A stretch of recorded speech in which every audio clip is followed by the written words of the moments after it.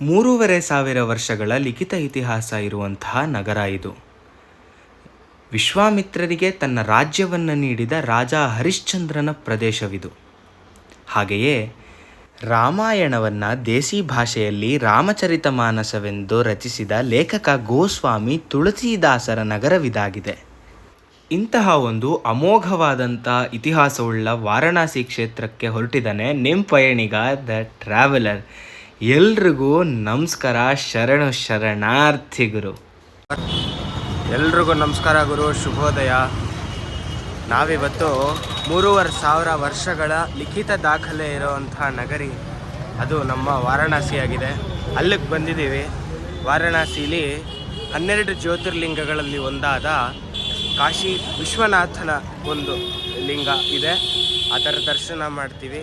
ಅದರ ದರ್ಶನಕ್ಕೆ ನಾಳೆಗೆ ಹೋಗ್ತೀವಿ. ಆದರೆ ಇವತ್ತು ಇಲ್ಲಿಯ ಒಂದು ಲೋಕಲ್ ಸೈಟ್ ಸೀಯಿಂಗ್ಸ್ ಎಲ್ಲ ಏನೇನಿದೆ, ನಾವು ರೂಮ್ ಮಾಡಿದ್ದ ಜಾಗದಲ್ಲೇ ಒಬ್ಬರು ಆಟೋದವ್ರು ಇದ್ದರು. ಅವ್ರ ಹತ್ರ ಮಾತಾಡಿಕೊಂಡು ನಾವಿವತ್ತು ಇಲ್ಲೇ ಲೋಕಲ್ ಸೈಟ್ ಸೀಯಿಂಗ್ಗಳಿಗೆ ಹೋಗ್ತಾ ಇದ್ದೀವಿ. ಫಸ್ಟು ಭೋಜನ, ತಿಂಡಿ ತಿನ್ನಬೇಕು.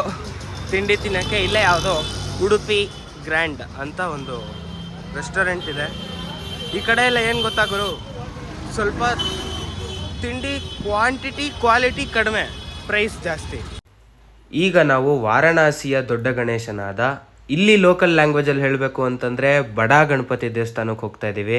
ಬನ್ನಿ ನೋಡ್ಕೊಂಬರೋಣ ಹೆಂಗಿದೆ ಅಂತ.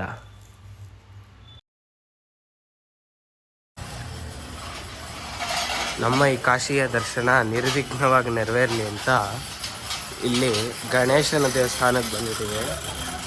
ಇದು ಬಡಾ ಗಣೇಶ್ ದೇವಸ್ಥಾನ ಅಂತೆ, ಅಂದರೆ ದೊಡ್ಡ ಗಣೇಶನ ದೇವಸ್ಥಾನ. ನಮ್ಮ ಬಸವನಗುಡಿಯಲ್ಲಿ ಇದೆಯಲ್ಲ, ಅದೇ ಥರ ಇಲ್ಲಿ ಕಾಶಿಲಿ ಬಡಾ ಗಣೇಶ್ ದೇವಸ್ಥಾನ ಅಂತ ಒಂದು ದೇವಸ್ಥಾನ ಇದೆ. ಸೊ ವಕ್ರತುಂಡ ಮಹಾಕಾಯ ಕೋಟಿ ಸೂರ್ಯ ಸಮಪ್ರಭಾ ನಿರ್ವಿಘ್ನಂ ಕುರುಮೇ ದೇವ ಸರ್ವಕಾರ್ಯೇಷು ಸರ್ವದ ಅಂತ ಹೇಳ್ತಾ ಇಲ್ಲಿ ಬಡಾ ಗಣೇಶ್ ದೇವಸ್ಥಾನ ನೋಡೋಕ್ಕೆ ಬಂದಿದ್ದೀವಿ.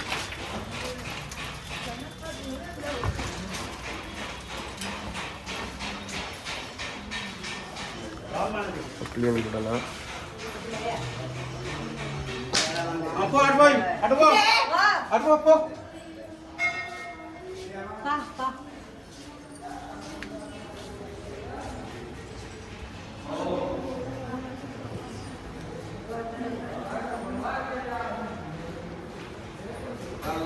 ಇದು ಬಡಾ ಗಣಪತಿ ದೇವಸ್ಥಾನ.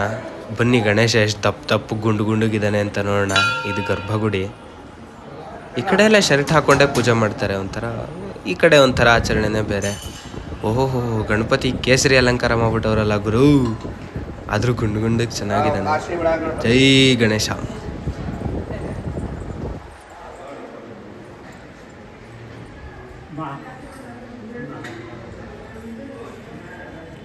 ಇಲ್ಲೆಲ್ಲ ನೋಡಿ, ಎಲ್ಲ ಕೆಲವೊಂದಷ್ಟು ದೇವಿಗಳನ್ನು ಲಿಂಗದಲ್ಲೇ ಇಟ್ಟಿದ್ದಾರೆ. ಕಾಣಿಸ್ತಾ ಇದೆಯಾ?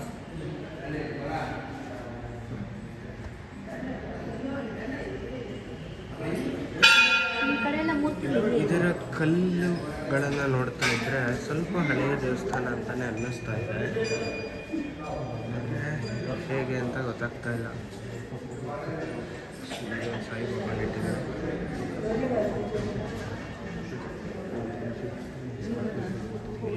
ರುದ್ರಾಭಿಷೇಕ ಅಂತ ಅಂದಾಗ ಧಾರಾ ಪಾತ್ರೆ ಅಂತಾರೆ. ಇದನ್ನು ಧಾರಾ ಪಾತ್ರೆ ಅಂತ ಕರೀತಾರೆ. ಇದರಲ್ಲಿ ನೀರು ಹಾಕಿಬಿಟ್ಟಿದ್ರೆ ಒಂದೊಂದೇ ತೊಟ್ಟು ರುದ್ರದೇವ್ರ ಮೇಲೆ ಬೀಳ್ತಾ ಇರುತ್ತೆ. ಓಂ ನಮಃ ಶಿವಾಯ. ಇದನ್ನು ನೋಡ್ತಾ ಇದ್ದರೆ ರುದ್ರಾಭಿಷೇಕ ನೆನಪಾಗುತ್ತೆ. ಸೊ ಇಲ್ಲಿ ಗಣೇಶನ ದೇವಸ್ಥಾನದ ಹಿಂಭಾಗದಲ್ಲೇ ಒಂದು ರುದ್ರದೇವರ ಸನ್ನಿಧಿ ಇದೆ. ಇದೆಲ್ಲ ಕಲ್ಲುಗಳಲ್ಲಿ ಉದ್ಭವ ಆಗಿರೋ ಗಣೇಶನ ಅಂತ ಗುಂಡು ಚೆನ್ನಾಗಿದ್ದಾನಲ್ಲ ಗಣೇಶ.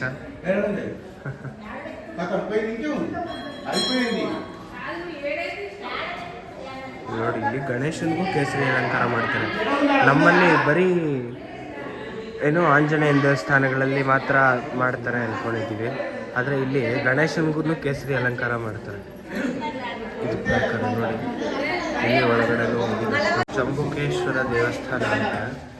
ನೋಡಿ ಇಲ್ಲಿ ನಾವು ಒಂದು ತಮ್ಗೆಯಲ್ಲಿ ನೀರನ್ನು ತಗೊಂಡು ಬಂದರೆ ನಾವೇ ಇಲ್ಲಿ ಕೂತು ರುದ್ರಾಭಿಷೇಕ ಮಾಡ್ಬೋದು ಅಷ್ಟೇ. ನೋಡಿ ಅವರು ತಂದು ಪೂಜಾ ಸಾಮಗ್ರಿಗಳನ್ನು ತಂದು ಅವರೇ ಪೂಜೆ ಮಾಡ್ತಾ ಇದ್ದಾರೆ. ನಾವು ಇದನ್ನು ಪೂಜೆ ಮಾಡ್ಬೋದು. ಇದೇ ಇಲ್ಲಿ ಚಂಬುಕೇಶ್ವರ ಸನ್ನಿಧಿ. ಇದು ಕಾಶಿಯ ದೊಡ್ಡ ಗಣೇಶನ ದೇವಸ್ಥಾನ, ಅಂದರೆ ಬಡಾ ಗಣೇಶ್. ನೋಡಿ ಗುರು, ಇಲ್ಲೆಲ್ಲ ಫುಲ್ಲು ಗಲ್ಲಿಗಳು. ಒಂದು ಗಾಡಿ ಬಂದರೆ ತುಂಬ ಹೋಗುತ್ತೆ. ಇವರೇ ನಮ್ಮ auto driver, blue colour shirt ಹಾಕೊಂಡು. ನಾವು ಗೈಡ್ನೇನು ಹೈರ್ ಮಾಡಿಲ್ಲ. ಇವರು 15 ವರ್ಷದಿಂದ ಕಾಶಿಲೇ ಇದ್ದಾರಂತೆ. ನೋಡಿ ಇಲ್ಲೆಲ್ಲ ಇಷ್ಟೇ, ಈ ಕಡೆ ಒಂದು ಗಾಡೆ, ಈ ಕಡೆ ಒಂದು ಗಾಡೆ, ಇಲ್ಲಿ ಗಲ್ಲಿ. ನೀವು ನಂಬ್ತೀರಾ ಬಿಡ್ತೀರಾ, ನಮ್ಮ ಆಟೋದವ್ರು ಗಲ್ಲಿ ಒಳಗಡೆನೆ ಕರ್ಕೊಂಡ್ಬಂದ್ಬಿಟ್ಟಿದ್ದಾರೆ. ನೋಡ್ತೀರಾ, ತೋರಿಸ್ತೀನಿ ನೋಡಿ, ಅಲ್ಲಿರೋದೆ ನಮ್ಮ ಆಟೋ. ಇಷ್ಟ ಗಲ್ಲಿ ಒಳಗಡೆ ಕರ್ಕೊಂಡ್ಬಂದ್ಬಿಟ್ಟಿದ್ದಾರೆ.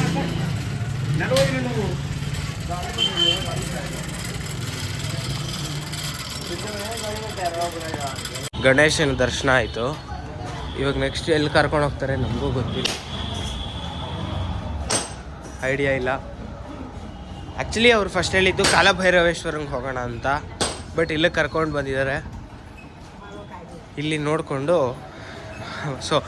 ಮೊದಲಿಗೆ ವಿಘ್ನ ನಿವಾರಕನ ದರ್ಶನ ಆಯಿತು. ಯಾವುದೇ ರೀತಿ ವಿಘ್ನಗಳಿಲ್ಲದೆ ನಮ್ಮ ಒಂದು ಜರ್ನಿ ಸಾಗಲಿ ಅಂತ ಕೇಳ್ಕೊಳ್ತಾ ಆಟೋ. ಇದು ವಾರಣಾಸಿ ಕ್ಷೇತ್ರದ ಬಡ ಗಣಪತಿ ದೇವಸ್ಥಾನ. ಹೇಳ್ಬೇಕಂದ್ರೆ ದೊಡ್ಡ ಗಣಪತಿ ದೇವಸ್ಥಾನ. ವಿಡಿಯೋ ಹೆಂಗನ್ಸ್ತು ಅಂತ ಕಮೆಂಟ್ ಮಾಡಿ ತಿಳಿಸಿ. ಹಾಗೆ ವಿಡಿಯೋನ ಲೈಕ್ ಮಾಡಿ, ಶೇರ್ ಮಾಡಿ, ಸಬ್ಸ್ಕ್ರೈಬ್ ಮಾಡಿ. ಪಾರ್ಟ್ 2ಗಾಗಿ ಕಾಯ್ತಾ ಇರಿ.